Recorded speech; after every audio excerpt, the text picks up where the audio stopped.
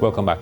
Now the stationary front still stationary across the Western Caribbean alongside that trough system, both helping to generate unstable weather conditions across the central and western portions of the Caribbean, including Jamaica and Cuba, and we are also seeing isolated thunderstorm activity across sections of Haiti. Now, very little movement is expected over the next couple of days or so. We still have those clouds across the center of the basin, also across the Jamaica area. We're expecting continued cloudiness in the morning tomorrow, also in the afternoon.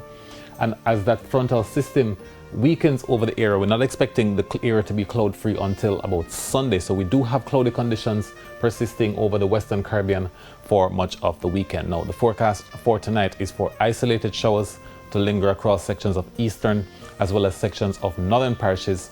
And we do have temperatures dropping to about 23 degrees Celsius. That's it for the weather report and forecast for this evening, but we thank you so much for watching.